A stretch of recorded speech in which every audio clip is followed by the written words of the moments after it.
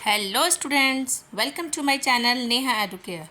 तो बच्चों, आज हम शुरू करने वाले हैं क्लास 9th का बिल्कुल न्यू अपडेटेड सिलेबस की अकॉर्डिंग साइंस का third chapter tissues in action. बच्चों, चैप्टर बहुत ही ज़्यादा इम्पॉर्टेंट है और दूसरा, इस चैप्टर में यूज़ होने वाली टर्म्स थोड़ी टफ है, तो प्लीज़ कॉपी और पेन लेकर बैठे।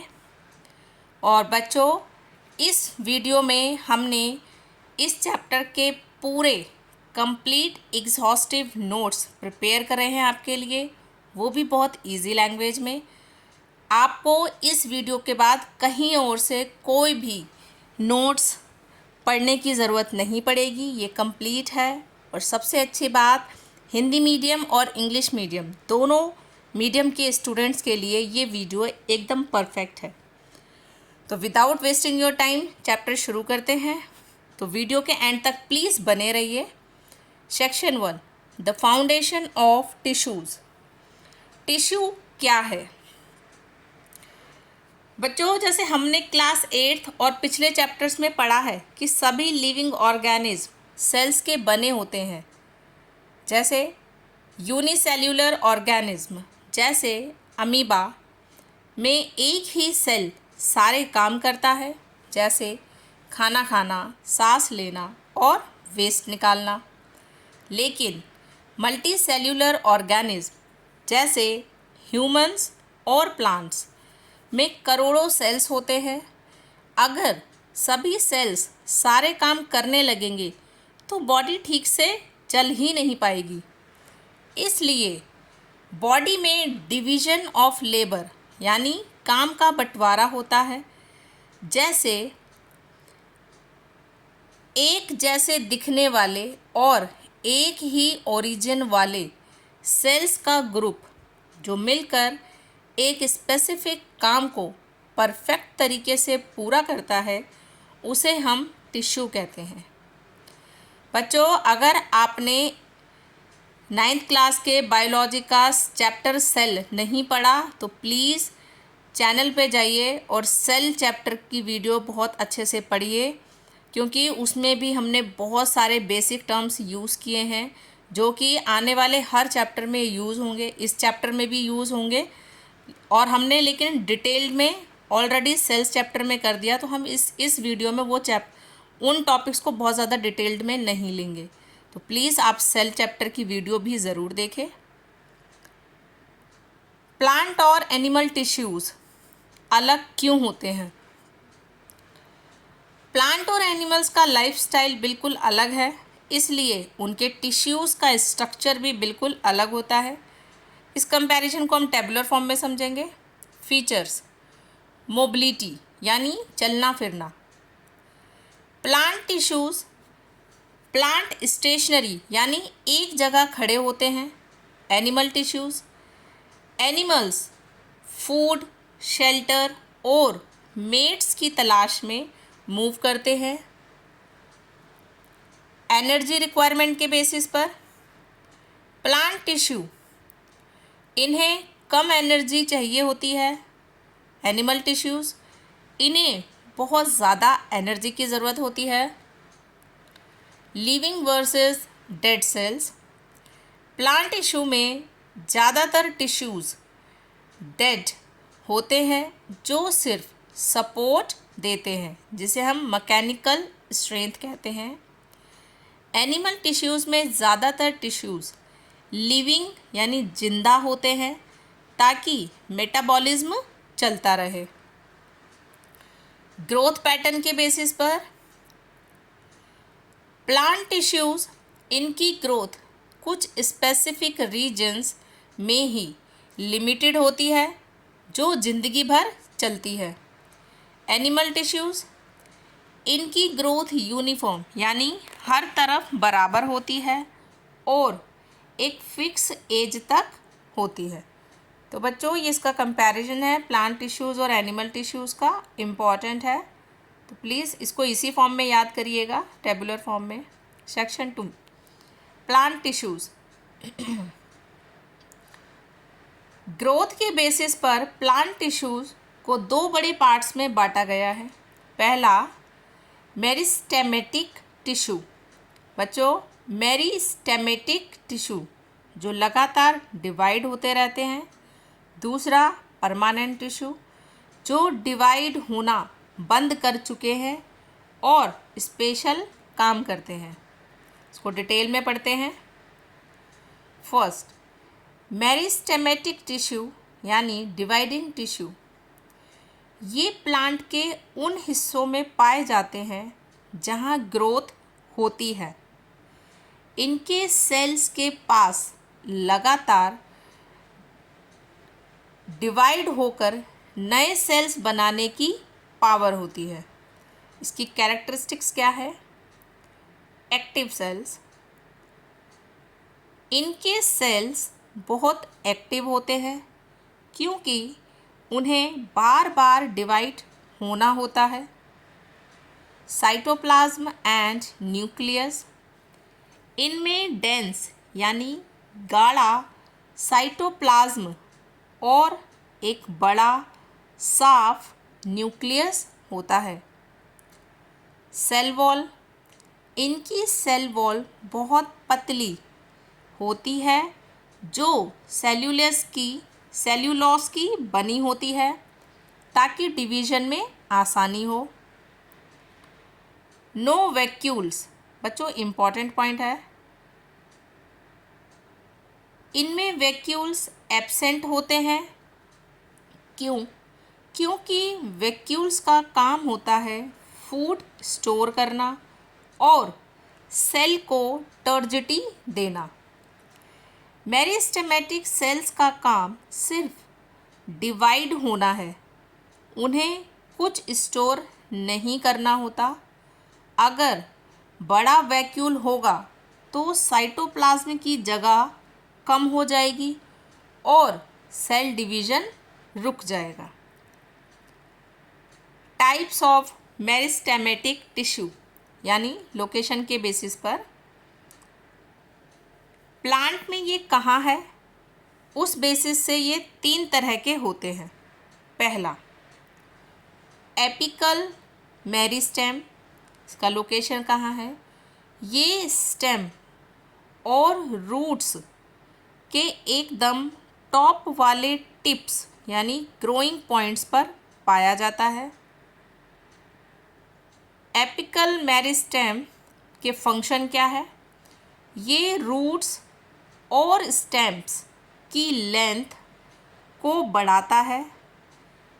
इस ग्रोथ को प्राइमरी ग्रोथ कहते हैं। तो बच्चों, एपिकल मेरिस्टेम में क्या होता है? ये रूट्स और स्टेम्स की लेंथ को बढ़ाता है जिसे हम प्राइमरी ग्रोथ कहते हैं। दूसरा, लेटरल मेरिस्टेम जिसे हम कैम्बियन कहते हैं। लोकेशन, लेटरल मेरिस्टेम ये स्टेम और रूट के साइड वाले हिस्से में होता है जिसे गिर्थ कहते हैं। गिर्थ में ये होता है। इसके फंक्शन क्या है लेटरल मेरिस्टेम के? ये प्लांट की मोटाई यानी थिकनेस यानी गिर्थ को बढ़ाता है। इसे सेकेंडरी ग्रोथ कहते हैं। इसी की वजह से पेड़ का तना यानी स्टेम मोटा होता है। Third, inter calorie meristem. ये लीव्स के बेस पर या इंटर नोड्स यानी ट्विग्स के बीच की जगह के दोनों तरफ पाया जाता है। ग्रासेस यानी घास में ये बहुत एक्टिव होता है। इंटर कैलरी मेरिस्टेम के फंक्शन क्या है? जब कोई जानवर जैसे गाय या भैंस ग्रास के ऊपर का हिस्सा खा लेते हैं तो इंटर कैलरी मेरिस्टेम ही उसे दोबारा जल्दी से ग्रो करने में मदद करता है। तो बच्चों, इसके 3 टाइप्स है। ठीक है। मेरिस्टेमेटिक टिश्यू के कौन कौन से? एपिकल मेरिस्टेम जिसे हम प्राइमरी ग्रोथ कहते हैं। दूसरा, लेटरल मेरिस्टेम कैम्बियन जिसे सेकेंडरी ग्रोथ कहते हैं, और तीसरा इंटरकैलरी मेरिस्टेम। अब पढ़ते हैं permanent tissue, non dividing tissue. जब मेरिस्टेमेटिक टिश्यू के नए सेल्स धीरे धीरे बड़े होते हैं तो वो डिवाइड होने की अपनी पावर को खो देते हैं। फिर वो एक फिक्स शेप, साइज और एक परमानेंट काम ले लेते हैं। डिफरेंशिएशन क्या है?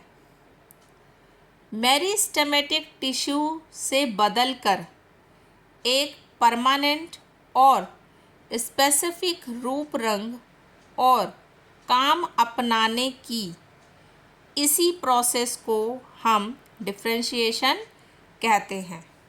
बच्चों, ये डिफरेंशिएशन जो डिफरेंट निकालते हैं वो वाला नहीं है। ये क्या है? जब मेरिस्टेमेटिक टिश्यू बदलकर परमानेंट टिश्यू में चेंज हो जाता है, मतलब उस प्रोसेस को हम डिफरेंशिएशन कहते हैं। परमानेंट टिश्यूज़ दो तरह के होते हैं। पहला, सिंपल परमानेंट टिश्यू, एक ही तरह के सेल्स से बने। दूसरा, कॉम्प्लेक्स परमानेंट टिश्यू, अलग अलग तरह के सेल्स से बने। सिंपल परमानेंट टिश्यू क्या है?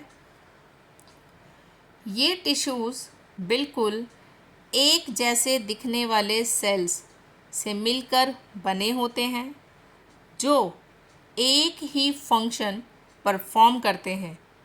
ये तीन मेन टाइप्स के हैं। पहला, बच्चों ये टर्म्स लिख कर प्रैक्टिस करना, पैरेन्चाइमा, द फिलर टिश्यू। क्या है बच्चों? पहला, पैरेन्चाइमा। इसका स्ट्रक्चर, ये बिल्कुल अनस्पेशलाइज्ड लिविंग सेल्स होते हैं। इनकी सेल वॉल बहुत पतली होती है। इंटरसेल्यूलर स्पेसेस, इनके सेल्स लूज पैक्ड होते हैं, यानी दो सेल्स के बीच में काफ़ी खाली जगह, इंटरसेल्यूलर स्पेस होती है। इसकी लोकेशन, ये कहाँ होते हैं? ये लगभग पूरे प्लांट बॉडी में फिलर की तरह रहते हैं, जैसे पिथ कॉर्टेक्स में।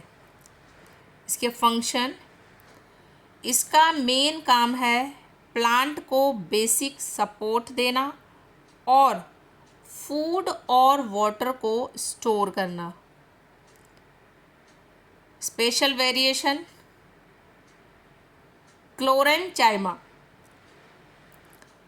जब पैरेन्चाइमा सेल्स के अंदर क्लोरोफिल पाया जाता है तो ये फोटोसिंथेसिस करने लगते हैं और खाना बनाते हैं, तभी इन्हें क्लोरेन्चाइमा कहते हैं।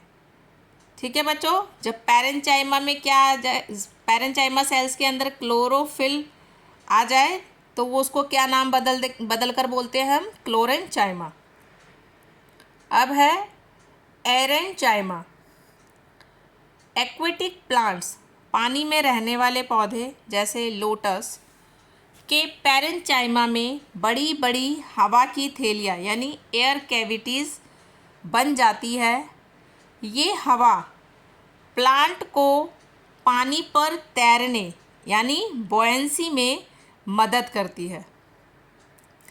बच्चों, अब डायग्राम्स मैंने नहीं बनाए हैं क्योंकि मेरी थोड़ी स्क्रीन छोटी रहती है, तो प्लीज़ आप डायग्राम्स वगैरह अपनी बुक से ज़रूर देखें।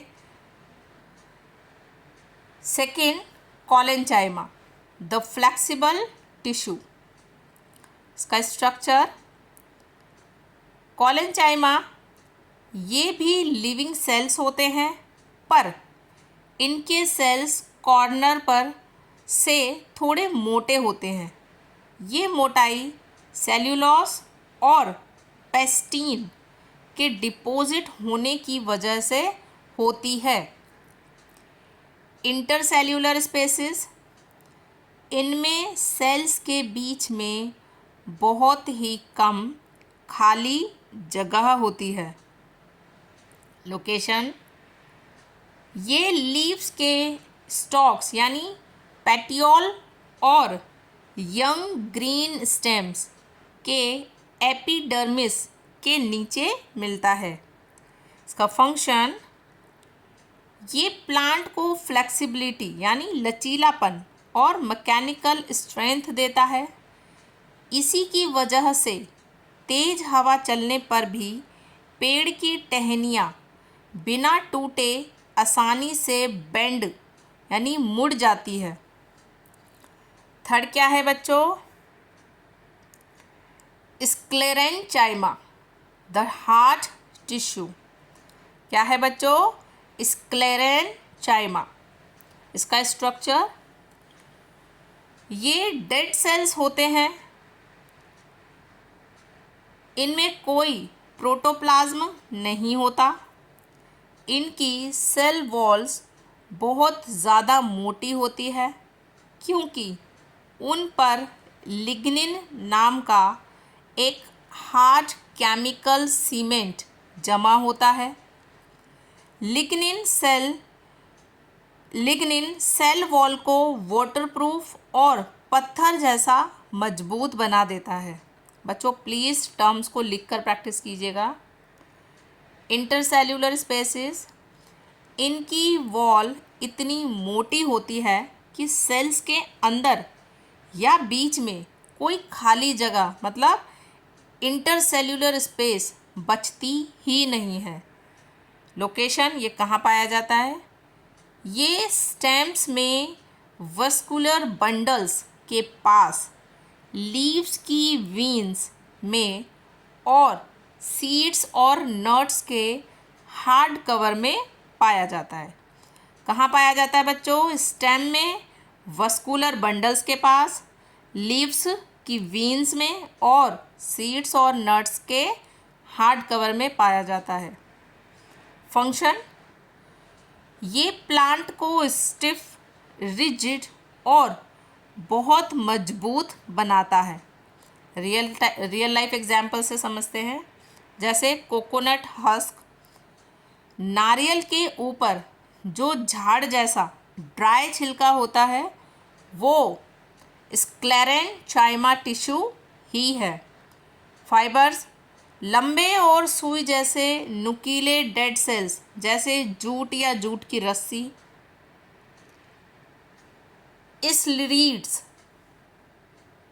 स्लिरीड्स, ये स्टोन सेल्स, छोटे, गोल और बेहद कठोर सेल्स हैं। जब आप पियर नाशपाती खाते हैं तो मुंह में जो दानेदार और किरकिरी टेक्सचर फील होता है वो इन्हीं स्क्लेरीड्स की वजह से होता है। तो बच्चों इसे प्लीज़ आप अच्छे से पढ़कर लिखकर प्रैक्टिस कीजिएगा, ठीक है। परमानेंट टिश्यूज़ के मेन टाइप्स कौन कौन से हैं? पहला पैरेंचाइमा, जिसे हम फिलर टिश्यू कहते हैं। दूसरा क्या है? कॉलेंचाइमा, जिसे हम द फ्लेक्सिबल टिश्यू कहते हैं। एंड थर्ड स्क्लेरेंचाइमा, जो कि क्या है? Hard tissue. आई होप आपको यहाँ तक समझ में आ रहा होगा, तो प्लीज़ वीडियो के एंड तक बने रहिए। प्रोटेक्टिव लेयर, एपिडर्मिस एंड कॉक। सिंपल टिश्यूज़ के अलावा प्लांट की हिफाजत के लिए आउटर लेयर्स होती है।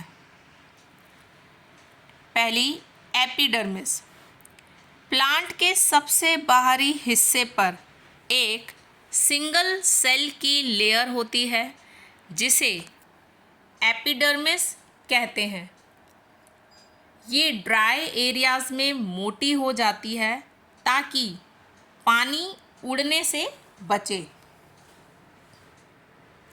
क्यूटिकल,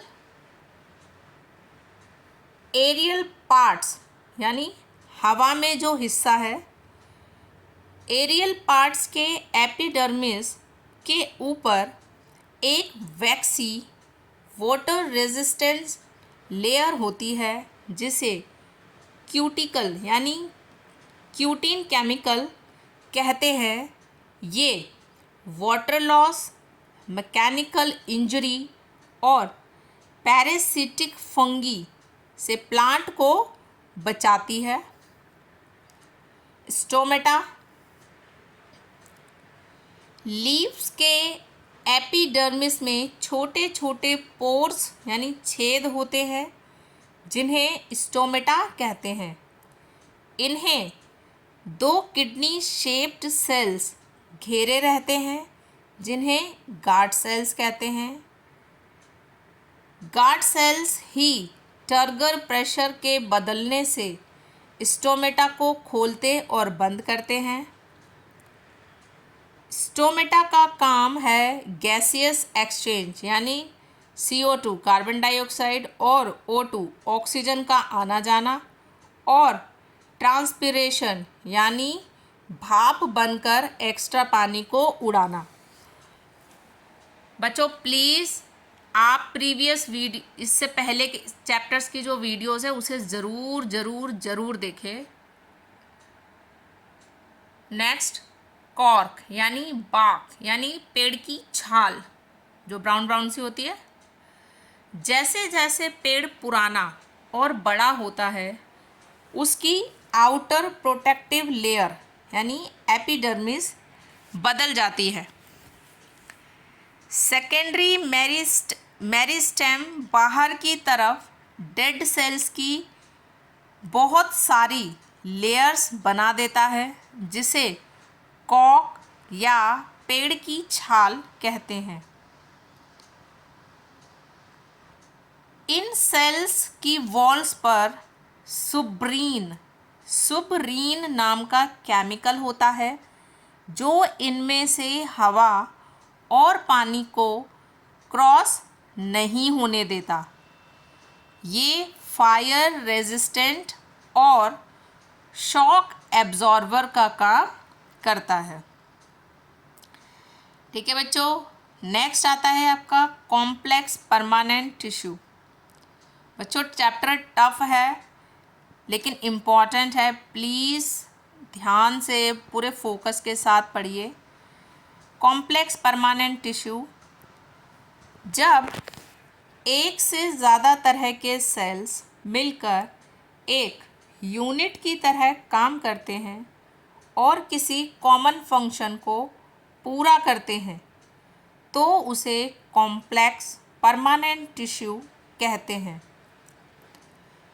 इनका मेन काम ट्रांसपोर्ट यानी कंडक्टिंग का होता है, इसीलिए इन्हें वस्कुलर टिश्यूज़ भी कहते हैं। ये 2 मेन टाइप्स के होते हैं, जाइलम और phloem. Xylem the water career. Xylem का मेन फंक्शन क्या है? ये रूट्स द्वारा सोखे गए पानी और मिनरल्स को ऊपर की तरफ लीव्स तक पहुंचाता है। इसका ट्रांसपोर्ट हमेशा यूनी डायरेक्शनल यानी सिर्फ नीचे से ऊपर की तरफ होता है। कंपोनेंट्स जाइलम के 4 पार्ट्स हैं,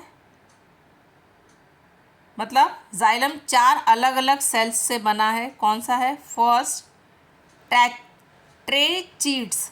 क्या है बच्चों? ट्रेचीड्स। ये लंबे ट्यूबुलर डेड सेल्स होते हैं जिनमें पिट्स यानी छोटे छेद होते हैं। इनके एंड्स पॉइंटेड होते हैं। ये पानी को ट्रांसपोर्ट करते हैं। फर्स्ट क्या है बच्चों? ट्रैचीड्स। दूसरा वेसल्स। ये ट्रैचीड्स से बड़े और सिलेंड्रिकल ट्यूब जैसे होते हैं जो एक के ऊपर एक फिट होते हैं, लाइक ड्रेनेज पाइप्स। ये भी डेड होते हैं। Third xylem fibres. ये पूरे डेड स्क्लेरेंचाइमा सेल्स होते हैं जो सिर्फ पूरे जाइलम को मैकेनिकल स्ट्रेंथ और सपोर्ट देने का काम करते हैं। Fourth, xylem parenchyma. ये जाइलम का अकेले लिविंग पार्ट है। इसका काम फूड स्टोर करना और पानी को साइडवेज सप्लाई करने में मदद करना है। बच्चों, ट्रिकी कॉन्सेप्ट है। जाइलम में 4 में से 3 कंपोनेंट्स डेड होते हैं, ट्रैचीड्स, वेसल्स और फाइबर्स। सिर्फ जाइलम पैरेन्चाइमा लिविंग होता है। तो बच्चों प्लीज़ लिखकर और बहुत ध्यान से प्रैक्टिस कीजिएगा। दूसरा पढ़ते हैं phloem, the food carrier. Phloem का मेन फंक्शन क्या है?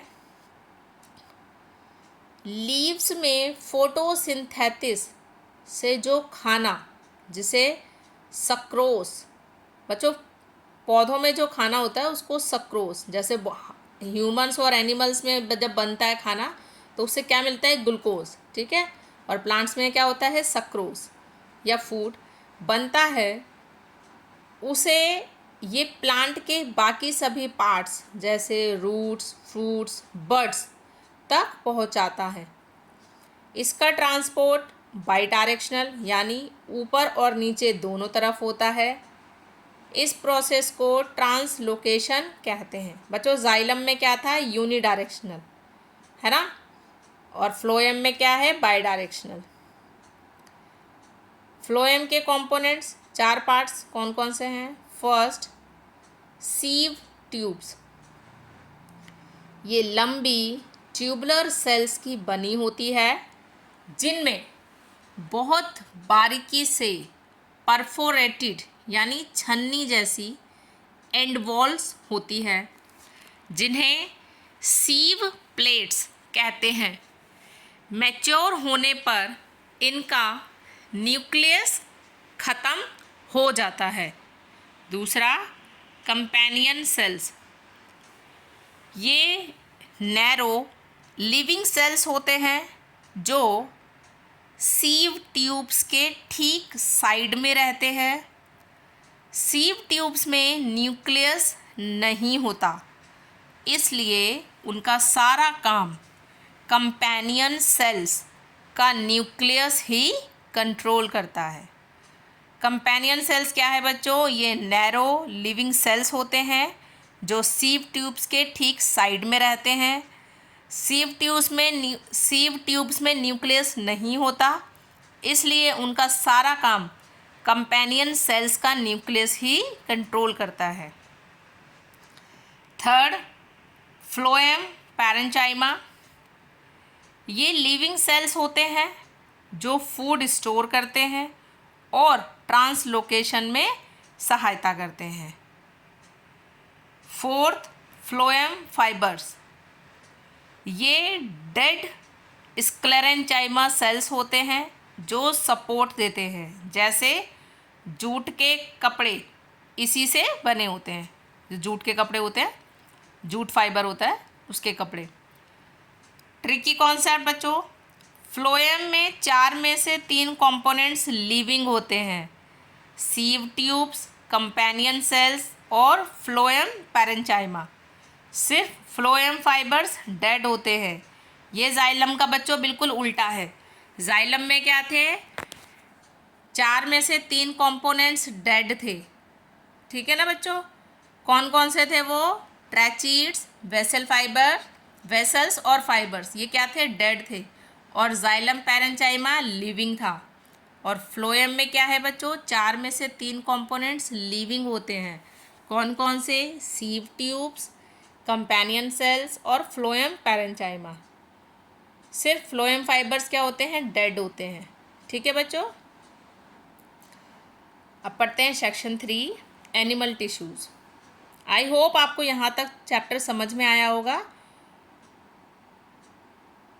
और बहुत अच्छी बात है कि आप अभी तक वीडियो के इस सेक्शन तक बने हुए हैं। वीडियो के एंड तक भी ऐसे ही बने रहिए। Section 3, animal tissues. Animals move करते हैं और उनके बॉडी सिस्टम्स ज़्यादा कॉम्प्लेक्स होते हैं। फंक्शन के बेसिस पर एनिमल टिश्यूज़ को 4 मेजर ग्रुप्स में डिवाइड किया गया है। तो कौन से हैं वो 4 मेजर ग्रुप्स? पहला, एपिथेलियल टिश्यूज़।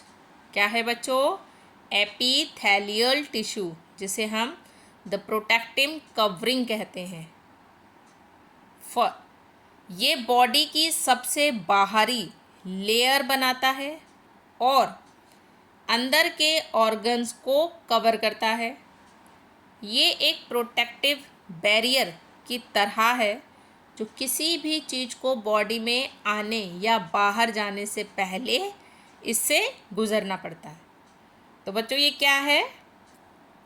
सबसे बाहरी लेयर। इसका स्ट्रक्चर, इसके सेल्स एकदम टाइटली पैक्ड होते हैं और एक कॉन्टिन्यूअस शीट बनाते हैं। सेल्स के बीच में नेग्लिजिबल यानी ना के बराबर सीमेंट मटेरियल होता है और कोई इंटरसेल्यूलर स्पेस नहीं होता। Basement membrane. सभी एपिथेलियल टिश्यूज़ के नीचे एक नॉन सेल्यूलर फाइब्रोरियस लेयर होती है जिसे बेसमेंट मेम्ब्रेन कहते हैं, जो इसे नीचे वाले टिश्यू से अलग करती है। Types of epithelial tissue, shape और लेयर्स के बेसिस पर।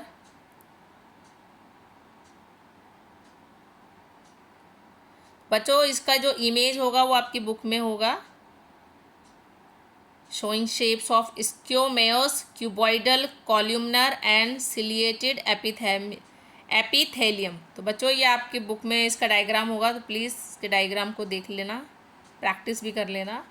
पहला, सिंपल स्क्योमेयस एपिथेलियम। क्या है बच्चों? पहला, सिंपल स्क्योमेयस एपिथेलियम। इसका शेप एकदम पतले, फ्लैट और टाइल जैसे सेल्स होते हैं। लोकेशन, जहाँ पर किसी चीज़ का फिल्ट्रेशन या डिफ्यूजन होता है, जैसे ब्लड वेसल्स की लाइनिंग, लंग, एल्वियोली और माउथ की इनर लाइनिंग। बच्चों अगर आपको एल्वियोली के बारे में जानना है तो प्लीज़ आप जो 10th की वीडियोस बनाई हुई है, 10th क्लास की साइंस की लाइफ प्रोसेसेस, आप प्लीज़ एक बार उस चैप्टर को भी ज़रूर विज़िट कीजिए, क्योंकि उस चैप्टर में बहुत सारी ऐसी टर्म्स यूज़ की गई है जो कि आपके चैप्टर्स में बीच बीच में टर्म्स पूछी जा रही है। तो अगर आप उस वीडियो को देख लोगे तो आपके बहुत सारे कॉन्सेप्ट बहुत इजी वे में कंप्लीट हो जाएंगे, क्योंकि अगर मैं हर टॉपिक को वीडियो के अंदर समझाने लग गई तो वीडियोस बहुत लंबी लंबी हो जाएगी। तो प्लीज़ आप 10th क्लास की लाइफ प्रोसेस वीडियो को ज़रूर विज़िट करें। तो सिंपल स्क्वेमस एपिथेलियम कहाँ पाया जाता है? जहाँ पर किसी का फिल्ट्रेशन या डिफ्यूजन होता है, जैसे ब्लड वेसल्स की लाइनिंग, लंग, एल्वियोली और माउथ की inner lining. Stratified squamous epithelium, लिखकर प्रैक्टिस ज़रूर करना। स्ट्रेटिफाइड स्क्वेमस एपिथेलियम, जब यही स्क्वेमस सेल्स एक के ऊपर एक कई सारी लेयर्स में जमे होते हैं तो उसे स्ट्रेटिफाइड कहते हैं। हमारी स्किन इसी की बनी होती है ताकि रोज़मर्रा के वेयर एंड टेयर से बॉडी बच सके। बच्चों हमारे जो बॉडी की जो स्किन है वो किससे बनी है? Stratified squamous epithelium. नेक्स्ट है आपका क्यूबॉइडल एपिथेलियम। इसकी शेप, ये सेल्स क्यूब जैसे स्क्वायर दिखते हैं। लोकेशन, किडनी ट्यूबल्स और सलाइवरी ग्लैंड्स की डक्ट्स में पाए जाते हैं। इसका फंक्शन क्या है? क्यूबॉइडल एपिथेलियम का फंक्शन क्या है? ये ऑर्गन्स को मैकेनिकल सपोर्ट देते हैं और सीक्रेशन में मदद करते हैं। बच्चे, क्यूबॉइडल एपिथेलियम कहाँ पाया जाता है? किडनी ट्यूबल्स और सैलिवरी ग्लैंड्स की डक्ट्स में। डक्ट्स मीन्स ट्यूब में। थर्ड आता है आपका कॉल्यूमनर एपिथेलियम। कॉल्यूमनर एपिथेलियम का शेप कैसा होता है? ये लंबे पिलर जैसे सेल्स होते हैं। इनका न्यूक्लियस बेस की तरफ होता है। ये कहाँ पाए जाते हैं? इनर लाइनिंग ऑफ इंटेस्टाइन, जहाँ डाइजेशन और एब्जॉर्प्शन होता है। ये टॉल शेप बैरियर को क्रॉस करने में मदद करता है। बच्चों, प्लीज़ आप सेल चैप्टर का वीडियो ज़रूर देखिए, क्योंकि सारे टर्म्स उसी में से उठाए गए हैं। आपको इसमें सब जो भी चीज़ें हैं, जो भी टर्म, जैसे इनर लाइनिंग ऑफ इंटेस्टाइन क्या होता है, ये सब कुछ उस वीडियो में बहुत डिटेल में समझाया गया है। ठीक है, तो आप प्लीज़ उसको ज़रूर विज़िट कीजिए। Ciliated columnar epithelium. अगर इन कॉल्यूमनर सेल्स के फ्री सरफेस पर बाल जैसे प्रोजेक्शंस हो, जिन्हें सीलिया कहते हैं, तो इसे सिलिएटेड कहते हैं। ये हमारे रेस्पिरेटरी ट्रैक्ट यानी सांस की नली में होते हैं। सीलिया के हिलने से म्यूकस आगे साफ होता है। तो सिलिएटेड कॉल्यूमनर एपिथेलियम, अगर इन कॉल्यूमनर सेल्स के फ्री सरफेस पर बाल जैसे प्रोजेक्शन हो, जिन्हें सीलिया कहते हैं, तो ये क्या हो जाएंगे? सिलिएटेड कहलाएंगे। ये हमारे रेस्पिरेटरी ट्रैक्ट में होते हैं। सीलिया के हिलने से क्या होता है बच्चों? म्यूकस आगे साफ होता है। Fourth, glandular epithelium. क्या है बच्चों? Glandular epithelium. कभी कभी एपिथेलिया टिश्यू का एक हिस्सा अंदर की तरफ फोल्ड हो जाता है और एक मल्टी सेल्यूलर ग्लैंड बना लेता है, जो केमिकल सब्सटेंसेस जैसे स्वेट, एंजाइम्स, म्यूकस सीक्रेट करता है। इसे ग्लैंड्यूलर एपिथेलियम कहते हैं। तो बच्चों, आपके एपिथेलियम टिश्यूज़ के टाइप्स कितने हैं? 4। पहला सिंपल स्क्वेमस एपिथेलियम, जो कि कहाँ पाया जाता है? ब्लड वेसल्स की लाइनिंग में और लंग एलुवियली और माउथ की इनर लाइनिंग में। दूसरा क्या है आपका? क्यूबॉइडल एपिथेलियम, जो कि कहाँ पाया जाता है? किडनी ट्यूबल्स और सैलिवरी ग्लैंड्स की डक्ट में। थर्ड, कॉल्यूमनर एपिथेलियम, ये कहाँ पाया जाता है? इनर लाइनिंग ऑफ इंटेस्टाइन, जहाँ डाइजेशन और एब्जॉर्प्शन होता है। और लास्ट, ग्लैंड्यूलर एपिथेलियम। ठीक है बच्चों, इसमें क्या होता है? एक मल्टी सेल्यूलर ग्लैंड बनता है, जो कि केमिकल सब्सटेंसेस, स्वेट, एंजाइम्स और म्यूकस को सीक्रेट करता है।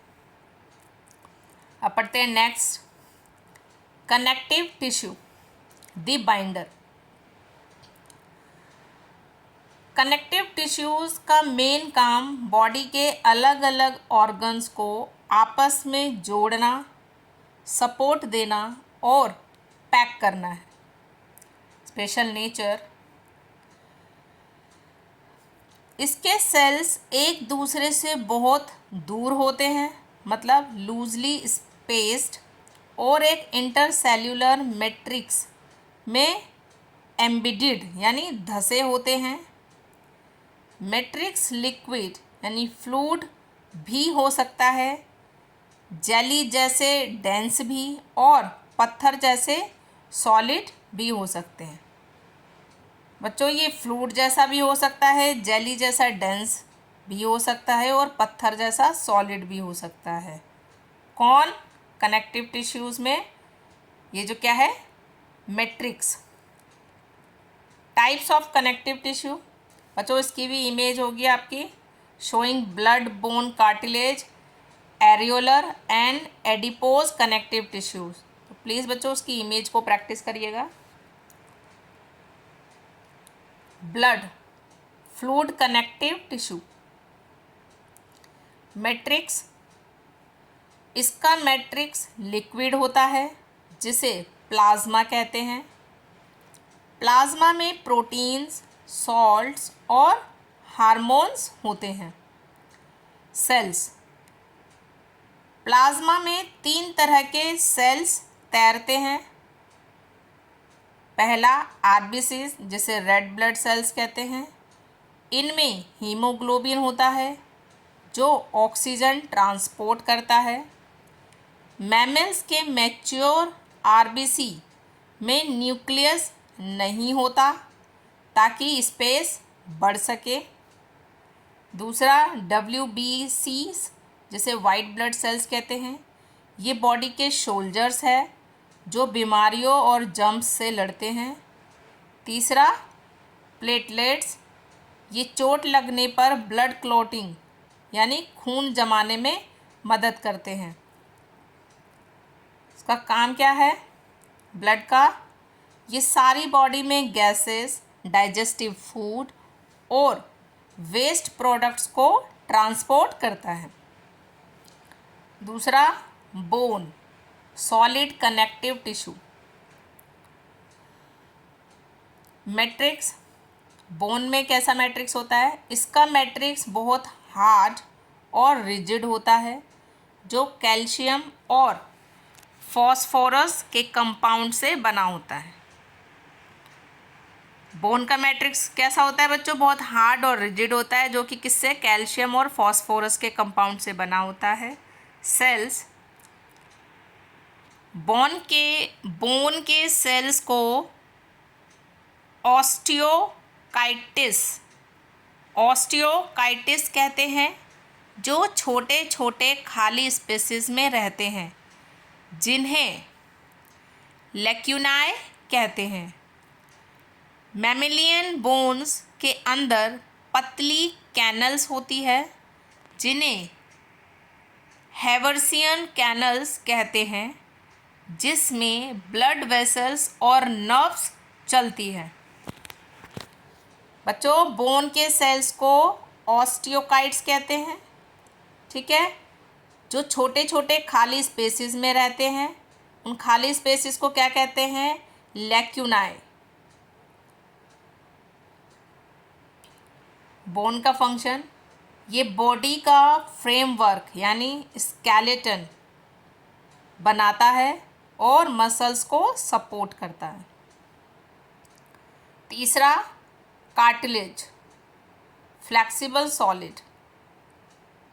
मैट्रिक्स, इसका मैट्रिक्स सॉलिड होता है पर प्लिएबल यानी लचीला होता है जो प्रोटीन्स और शुगर से बना होता है। सेल्स, इसके सेल्स को कॉन्ड्रोकाइट्स कहते हैं। क्या कहते हैं बच्चों? कार्टिलेज के सेल्स को कॉन्ड्रोकाइट्स कहते हैं। लोकेशन, ये जॉइंट्स पर बोन्स के सरफेसेस को स्मूथ बनाता है। ये हमारे नोज़ टिप, ईयर पिना यानी कान का बाहरी हिस्सा, ट्रैचिया यानी कि सांस की नली और लैरिंक्स में पाया जाता है। कान को आप मोड़ सकते हो क्योंकि वहाँ कार्टिलेज है, बोन नहीं। बच्चों बोन फ्लेक्सिबल नहीं होती है ना, कार्टिलेज क्या होती है? फ्लेक्सिबल होती है। तो कहाँ कहाँ पाई जाती है? नोज टिप, एयर पिना, ट्रैचिया और larynx. Fourth ligaments and tendons फाइब्रियस connective tissue. Fourth क्या है बच्चों? Ligaments and tendons. ये कैसे होते हैं? फाइब्रियस कनेक्टिव टिश्यू। लिगामेंट ये दो बोन्स को आपस में जोड़ता है, बोन टू बोन। ये बहुत इलास्टिक और मजबूत होता है। इसमें मैट्रिक्स बहुत कम होता है। टेंडन ये मसल्स को बोन से जोड़ती है। मसल टू बोन ये फाइबरियस होता है, जिसमें बहुत ज़्यादा स्ट्रेंथ होती है, पर फ्लेक्सिबिलिटी, इलास्टिसिटी बहुत लिमिटेड होती है। तो बच्चों लिगामेंट में क्या है, ये बोन टू बोन जोड़ता है, ठीक है, और इसमें मैट्रिक्स बहुत कम होता है। टेंडन ये मसल को बोन से जोड़ता है और इसमें फ्लेक्सिबिलिटी और इलास्टिसिटी बहुत कम होती है। Fifth, areolar connective tissue. कौन सा टिश्यू बच्चों? Areolar connective tissue, the packaging tissue. Location ये स्किन और मसल्स के बीच में ब्लड वेसल्स और नर्व्स के चारों तरफ और बोन मैरो में पाया जाता है। एरियोलर कनेक्टिव टिश्यू बच्चों स्किन और मसल्स के बीच में, ब्लड वेसल्स और नर्व्स के चारों तरफ और बोन मैरो में पाया जाता है। इसका फंक्शन ये बॉडी के अंदर के खाली स्पेसेस को भरता है, इंटरनल ऑर्गन्स को सपोर्ट करता है और टिश्यूज़ की रिपेयर में हेल्प करता है। बच्चों बॉडी के अंदर के खाली स्पेस को भरता है, इंटरनल ऑर्गन को सपोर्ट करता है और टिश्यूज़ की रिपेयर में हेल्प करता है। क्या? Areolar connective tissue. Next, adipose tissue, the fat store. Adipose tissue कहाँ पाया जाता है? ये हमारी स्किन के ठीक नीचे और इंटरनल ऑर्गन्स के बीच में पाया जाता है। स्ट्रक्चर इसके सेल्स फैट ग्लोब्यूल्स यानी चर्बी की बूंदें से भरे होते हैं। इसके स्ट्रक्चर कैसा है बच्चों? फैट ग्लोब्यूल्स से भरे होते हैं। कहाँ पाया जाता है? हमारी स्किन के ठीक नीचे और इंटरनल ऑर्गन्स के बीच में। इसका फंक्शन क्या है? एडिपोज टिश्यू का फंक्शन क्या है बच्चों? फैट जमा होने की वजह से ये इंसुलेटर का काम करता है, यानी बॉडी की गर्मी को बाहर नहीं जाने देता और ठंड से बचाता है। साथ ही ये शॉक एब्जॉर्बर का भी काम करता है। ये क्या करता है बच्चों? फैट जमा होने की वजह से ये इंसुलेटर का काम करता है, यानी बॉडी की गर्मी को बाहर नहीं जाने देता और ठंड से बचाता है। साथ ही साथ ये शॉक एब्जॉर्बर का भी काम करता है। Third, muscular tissue, the mover. हमारी बॉडी में जितनी भी मूवमेंट्स होती है, जैसे हाथ हिलाना, दिल का धड़कना, खाने का आगे खिसकना मतलब डाइजेशन, वो सब मस्क्यूलर टिश्यूज़ की वजह से होता है। कॉन्ट्रैक्टाइल प्रोटीन्स, इन टिश्यूज़ के सेल्स लंबे होते हैं यानी मसल्स फाइबर्स। इनमें स्पेशल प्रोटीन्स होते हैं जिन्हें कॉन्ट्रैक्टाइल प्रोटीन्स एस्टीन और मियोसिन कहते हैं। ये प्रोटीन्स कॉन्ट्रैक्ट यानी सुकड़ और रिलैक्स यानी फैल सकते हैं, जिससे मूवमेंट होता है। बच्चों कॉन्ट्रैक्ट प्रोटीन्स क्या है? इन टिश्यूज़ के सेल्स लंबे होते हैं, इनमें स्पेशल प्रोटीन्स होते हैं जिन्हें हम क्या बोलते हैं? Contractile proteins. उसमें क्या पाया जाता है? एस्टीन और मियोसिन। ये प्रोटीन्स कॉन्ट्रैक्ट, कॉन्ट्रैक्ट मतलब सिकुड़ना, और रिलैक्स मतलब फैल सकते हैं, मतलब इसी से तो मूवमेंट होती है। टाइप ऑफ मसल्स, स्ट्रक्चर और कंट्रोल के बेसिस पर। पहला स्ट्रिएटेड या स्केलेटल या वॉलेंटरी मसल्स। क्या है बच्चों? पहला स्ट्रिएटेड या स्केलेटन या वॉलेंटरी मसल्स। वॉलेंटरी, ये हमारी मर्जी या इच्छा से कंट्रोल होते हैं, जैसे हाथ और पैर की muscles. Structure under microscope, microscope में ये कैसा दिखता है? इनमें अल्टरनेट लाइट और डार्क बैंड्स यानी स्ट्रेशियंस मतलब धारियाँ दिखाई देती है, इसलिए इन्हें स्ट्रिएटेड कहते हैं। सेल फीचर्स, इनके सेल्स लंबे, सिलेंड्रिकल, अनब्रांच्ड और मल्टी न्यूक्लिएट, एक सेल में बहुत सारे न्यूक्लियाई होते हैं।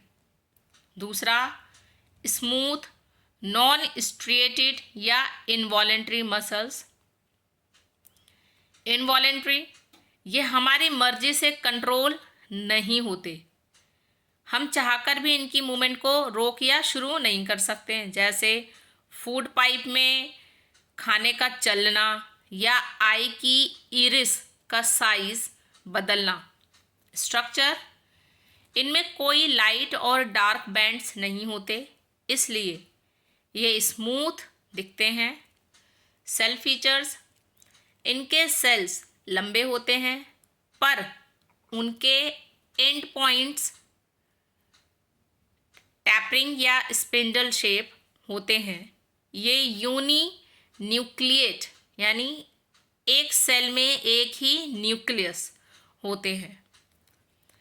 बच्चों इस टर्म को ध्यान रखना, देखो मल्टी न्यूक्लिएट यानी एक सेल में बहुत सारे न्यूक्ली, ठीक है, और यूनी न्यूक्लिएट मतलब एक सेल में एक ही न्यूक्लियस होता है। Third cardiac muscles. Cardiac muscles heart muscles, इसका नेचर, ये इनवॉलेंट्री होते हैं और सिर्फ हार्ट में पाए जाते हैं। ये जिंदगी भर बिना थके बिना रुके एक रिद्म में कॉन्ट्रैक्ट और रिलैक्स करते हैं। कॉन्ट्रैक्ट और रिलैक्स मतलब सिकुड़ना फैलना, सिकुड़ना फैलना। इसके फीचर्स, सेल फीचर्स, इनके सेल्स सिलेंड्रिकल होते हैं, पर सबसे खास बात ये कि ये ब्रांच्ड होते हैं और यूनी न्यूक्लिएट होते हैं। यूनी न्यूक्लिएट क्या पढ़ा था बच्चों अभी हमने? एक ही सेल में एक ही न्यूक्लियस। बच्चों ये छोटी छोटी टर्म्स में इसलिए बार बार मैं बोल रही हूँ क्योंकि ये आपके 1 मार्क के क्वेश्चंस में पूछ ली जाती है, ठीक है। थर्ड पढ़ते हैं। अच्छा एक बार थोड़ा सा रिवाइज मार लेते हैं, ठीक है। मस्कुलर टिश्यू में क्या क्या है? एक मिनट, हम इसका छोटा सा रिवाइज मार लेते हैं क्योंकि ये बहुत लंबा टॉपिक हो गया है आपका। क्विक रिवीजन करते हैं, ठीक है। टाइप्स ऑफ एपिथेलियल टिश्यू में क्या था? पहला कौन सा है? सिंपल स्क्यूमस एपिथेलियम, ठीक है। दूसरा क्या था बच्चों? Cuboidal epithelium. Third columnar epithelium. Fourth glandular epithelium. फिर उसके बाद हमने क्या पढ़ा था? Connective tissue. कनेक्टिव टिश्यू में क्या क्या है? कनेक्टिव टिश्यू के कितने टाइप्स है? पहला ब्लड, दूसरा बोन, तीसरा कार्टिलेज, चौथा ligaments and tendons, fifth areolar connective tissue, sixth adipose tissue, seventh next क्या है आपका? Muscular tissue. मस्क्यूलर टिश्यू में क्या क्या पढ़ा हमने? मस्क्यूलर टिश्यू के कौन कौन से टाइप्स थे? स्ट्रिएटेड यानी वॉलेंट्री मसल्स, दूसरा स्मूथ यानी involuntary muscles, third cardiac muscles, अब पढ़ते हैं nervous tissue, the communicator. Body में किसी भी बदलाव यानी स्टिमुलस को देखकर, स्टिमुलस क्या होते हैं बच्चों? एक्सटर्नल एनवायरनमेंट, जैसे हीट, लाइट, ये सब। तो बॉडी में किसी भी बदलाव यानी स्टिमुलस को देखकर तुरंत रिस्पॉन्स करने की एबिलिटी नर्वस टिश्यू के पास होती है। ब्रेन, स्पाइनल कॉर्ड और सारी नर्व्स टिश्यू की बनी होती है। स्ट्रक्चर ऑफ न्यूरॉन यानी नर्व सेल, नर्वस टिश्यू के सिंगल फंक्शनल यूनिट को न्यूरॉन कहते हैं। बच्चों क्या? नर्वस टिश्यू के सिंगल फंक्शनल यूनिट को न्यूरॉन कहते हैं। एक न्यूरॉन लगभग 1 मीटर तक लंबा हो सकता है। इसके 3 मेन पार्ट्स होते हैं, ठीक है। पहला सेल बॉडी, जिसे हम साइटोन कहते हैं। इसमें एक बड़ा न्यूक्लियस और साइटोप्लाज्म होता है। इसमें स्पेशल ग्रैन्यूल्स होते हैं जिन्हें निस्ल ग्रैन्यूल्स कहते हैं। बच्चों निस्ल NISSL apostrophe S Nils granules कहते हैं। दूसरा डेंड्राइट्स, सेल बॉडी से निकलने वाली छोटी ब्रांच्ड और बाल जैसी स्ट्रक्चर्स, ये आसपास से इलेक्ट्रिकल सिग्नल्स यानी इंफॉर्मेशन को रिसीव करती है। थर्ड एक्सॉन, सेल बॉडी से निकलने वाला एक अकेला बहुत लंबा पार्ट जो सिग्नल को सेल बॉडी से दूर ले जाता है। एक्सॉन के ऊपर एक प्रोटेक्टिव लेयर हो सकती है जिसे मियलिन शीट, क्या बच्चों? मियलिन शीट कहते हैं। एक्सॉन के एंड पॉइंट को नर्व एंडिंग कहते हैं। बच्चों इस पॉइंट्स को मैंने cell body, cyton, dendrites, axon, इस सबको ऑलरेडी मैंने सेल चैप्टर में बहुत डिटेल्ड में आपको समझाया हुआ है। इसको हम और ज़्यादा डिटेल्ड में नहीं ले जा सकते वरना वीडियो लंबी हो जाएगी। बच्चों प्लीज़ वीडियो को लाइक और शेयर ज़रूर करें और चैनल को सब्सक्राइब करना बिल्कुल ना भूलें। छोटा सा टॉपिक है सिनैप्स, वैसे मैंने ऑलरेडी उसको सेल चैप्टर में बताया हुआ है, लेकिन हम फिर भी एक क्विक रिविजन के तौर पे सिनैप्स भी जान लेते हैं। सिनैप्स क्या है, जिसे हम द गैप बोलते हैं। 2 न्यूरॉन्स कभी भी फिजिकल रूप से एक दूसरे से पूरी तरह टूटे नहीं होते। पहले न्यूरॉन की नर्व एंडिंग और दूसरे न्यूरॉन के डेंड्राइट के बीच एक बहुत ही बारीक माइक्रो स्पेस यानी गैप होता है जिसे सिनैप्स कहते हैं। जब इलेक्ट्रिकल सिग्नल नर्व एंडिंग पर पहुंचता है तो वहाँ से कुछ केमिकल्स निकलते हैं जिसे न्यूरोट्रांसमीटर्स कहते हैं, जो इस गैप को क्रॉस करके अगले न्यूरॉन में नए इलेक्ट्रिकल सिग्नल शुरू करता है। बच्चों सिनैप्स का क्वेश्चन इम्पॉर्टेंट क्वेश्चन है, देखो सेल्स में भी स्पेशली पूछा गया है। और तो बच्चों अब इस चैप्टर के लास्ट 2 टॉपिक रह गए हैं, स्केलेटल सिस्टम और जॉइंट्स। हमारी बॉडी को एक रिजिड स्ट्रक्चर, शेप और सपोर्ट देने के लिए हड्डियों यानी बोन्स और कार्टिलेज का जो पूरा नेटवर्क होता है उसे स्केलेटल सिस्टम कहते हैं। एक एडल्ट ह्यूमन बॉडी में टोटल 206 यानी 206 बोन्स होती है। स्केलेटल सिस्टम को 2 मेन पार्ट्स में डिवाइड किया जाता है।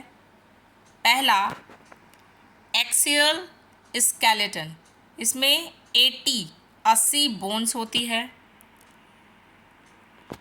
ये बॉडी के एकदम सेंटर यानी एक्सेस में होती है और हमारे डेलिकेट इंटरनल ऑर्गन्स को प्रोटेक्ट करती है। जैसे स्कल यानी हमारी खोपड़ी, इसमें 22 बोन्स होती है। 8 क्रैनियल बोन्स ब्रेन को प्रोटेक्ट करती है और 14 फेशियल बोन्स हमारा चेहरा बनाती है। इसके अलावा गले में एक हायोइड बोन और कान के अंदर यानी ईयर के अंदर 3 टाइनी बोन्स जिसे मैलियस, इनकस और स्टेप्स कहते हैं होती है। स्टेप्स हमारी बॉडी की सबसे छोटी बोन है। बच्चों, हमारी बॉडी की सबसे छोटी बोन कौन सी है? स्टेप्स। नेक्स्ट है आपका वर्टिब्रल कॉलम यानी स्पाइन, रीढ़ की हड्डी। ये 26 छोटे बोन्स से बनी होती है जिन्हें वर्टिब्रा कहते हैं। ये फ्लेक्सिबल होती है और इसके बीच से स्पाइनल कॉर्ड गुजरती है जिसे ये प्रोटेक्ट करती है। नेक्स्ट है आपकी रिब केज जिसे पसलियाँ कहते हैं। चेस्ट में टोटल 12 पेयर्स यानी 24 हड्डियाँ रिब्स होती है। ये आगे से एक फ्लैट बोन यानी स्टेरनम से जुड़ी होती है और पीछे स्पाइन से। बच्चों, आगे किससे जुड़ी होती है? स्टेरनम और पीछे स्पाइन से। ये मिलकर एक केज यानी पिंजरा बनाती है जो हार्ट और लंग्स को सेफ रखता है। तो बच्चों, एक्सियल स्केलेटन में कौन कौन से हैं आपकी? स्कल, वर्टिब्रल कॉलम और रिब केज। सेकंड है एपेंडिकुलर स्केलेटन। इसमें 126 यानी कि 126 बोन्स है। ये हमारे हाथ, पैर और उन्हें सेंट्रल बॉडी से जोड़ने वाली बोन्स है जो मूवमेंट में मदद करती है। बोन्स ऑफ लिम्ब्स यानी हाथ और पैर। एक हाथ में 30 बोन्स होती है। अपर आर्म में ह्यूमरस, फोर आर्म में रेडियस और उल्ना, रिस्ट में कार्पल्स, पाम यानी हथेली में मेटाकार्पल्स और फिंगर्स में फैलेंजेस। बच्चों, ध्यान से लिखकर प्रैक्टिस कीजिएगा। एक हाथ में कितनी? 30 बोन्स होती है। अपर आर्म मतलब आर्म से जो ऊपर, उसको क्या बोलते हैं? ह्यूमरस। फोर आर्म में क्या? रेडियस और उल्ना। रिस्ट यानी आपकी कलाई में कार्पल्स और आपकी हथेली में मेटाकार्पल्स और फिंगर्स में फैलेंजेस। एक पैर में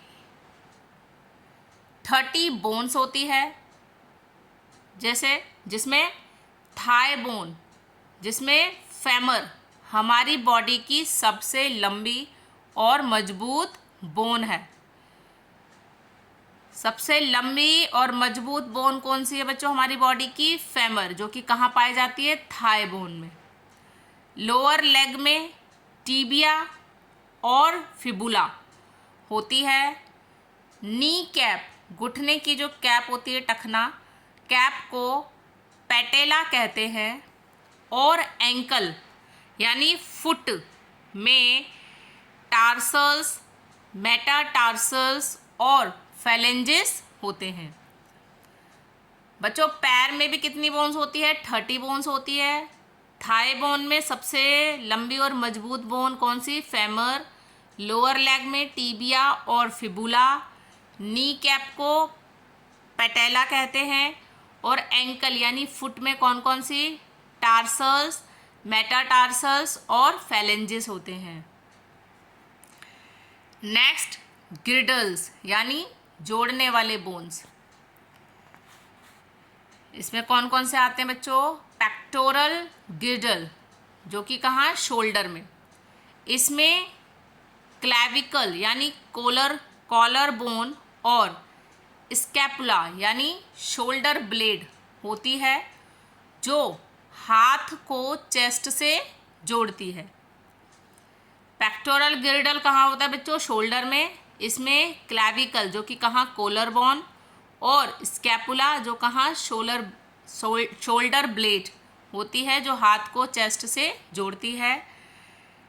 पेल्विक गिर्डल यानी हिप, ये पैरों की बोन्स को लोअर स्पाइन से जोड़ने का काम करती है और लोअर एब्डोमिनल ऑर्गन्स को सपोर्ट देती है।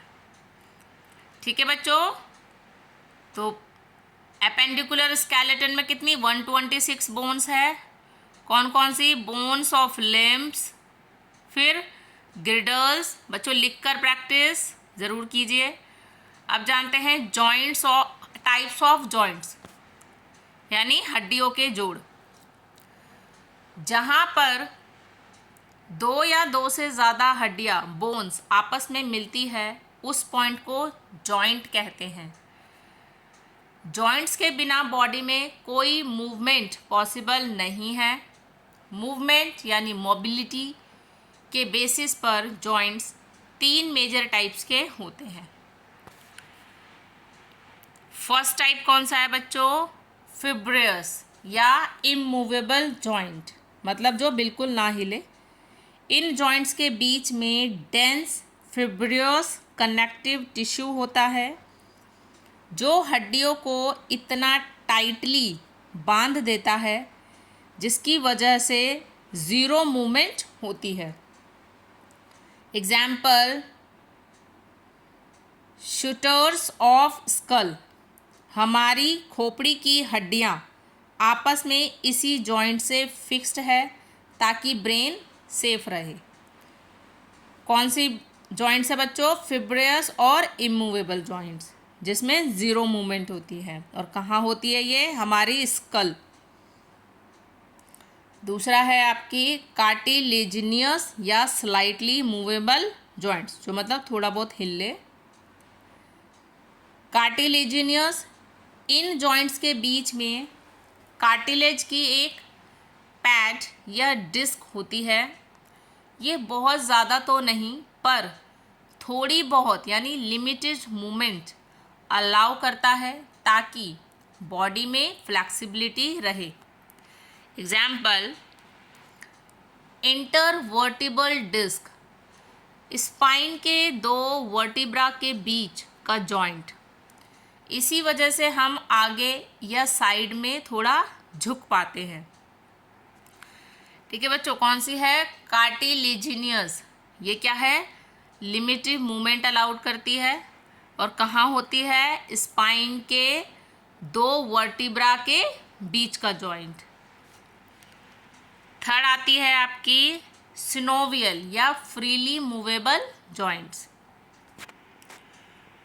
सिनोवियल, ये हमारी बॉडी में सबसे ज़्यादा पाए जाने वाले जॉइंट्स हैं जो फ्री मूवमेंट अलाउ करते हैं।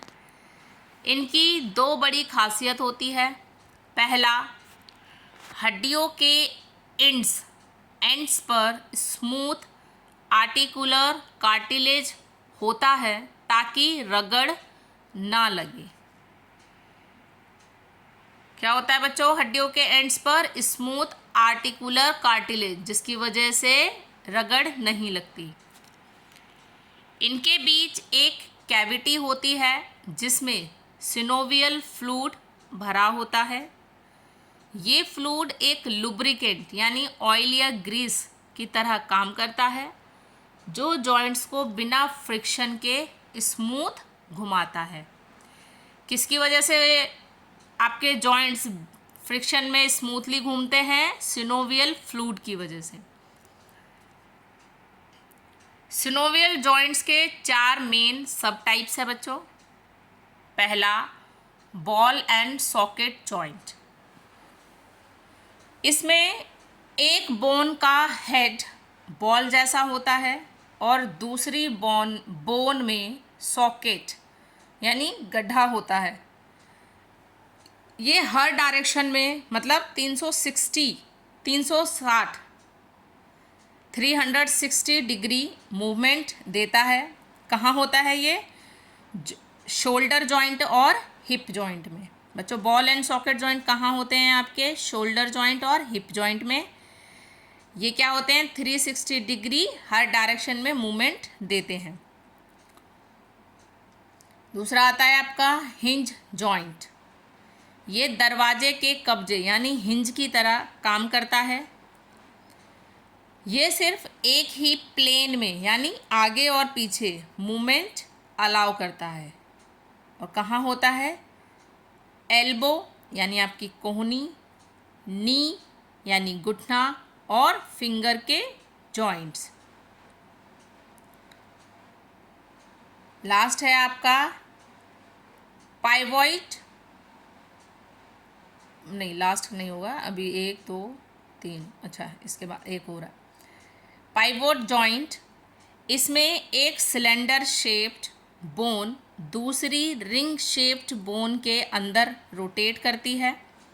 ये टर्निंग या रोटेशनल मूवमेंट देता है। तो बच्चों ये कहाँ होती है आपकी? गर्दन में पहली 2 वर्टिब्रा जिसे एटलस और एक्सिस के बीच का जॉइंट, एटलस और एक्सिस ये कहाँ होता है बच्चों? गर्दन में जो पहली 2 वर्टिब्रा होती है उसके बीच का जॉइंट, जिसे हम सिर को लेफ़्ट राइट घुमा पाते हैं। जैसे हम किसी को नो बोलते हैं तो उससे क्या हम लेफ़्ट राइट उसको घुमा पाते हैं। किसकी वजह से बच्चों? Pivot joint. लास्ट है आपका ग्लाइडिंग या प्लानर जॉइंट। ग्लाइडिंग या प्लानर जॉइंट, इसमें फ्लैट सरफेसेस वाली हड्डियाँ एक दूसरे के ऊपर सिर्फ स्लाइड या ग्लाइड करती है। ये कहाँ होती है बच्चों? आपकी रिस्ट और एंकल के बीच। रिस्ट वाली जॉइंट को क्या बोलते हैं आप? कार्पल्स, और एंकल की को टार्सल्स। बच्चों ये प्लीज़ याद ज़रूर करिएगा, लिख कर प्रैक्टिस करना।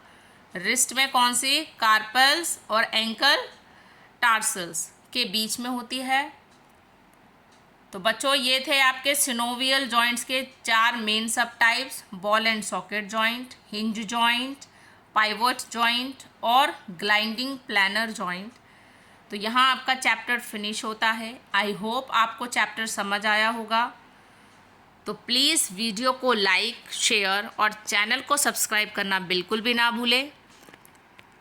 आप हमें सपोर्ट कीजिए, इसी तरीके से मैं आपके लिए आगे ऐसे ही इजी लैंग्वेज में साइंस के वीडियोस लाती रहूँगी। मिलते हैं नेक्स्ट वीडियो में इसी चैप्टर यानी टिश्यू चैप्टर से रिलेटेड 50 मोस्ट इम्पॉर्टेंट क्वेश्चंस के साथ। तब तक के लिए आप इस चैप्टर को बहुत अच्छे से पढ़िए, ठीक है? अपने सारे कॉन्सेप्ट क्लियर कीजिए ताकि जब आप क्वेश्चन आंसर करें तो आपको किसी भी तरीके का डाउट ना हो। Okay, bye.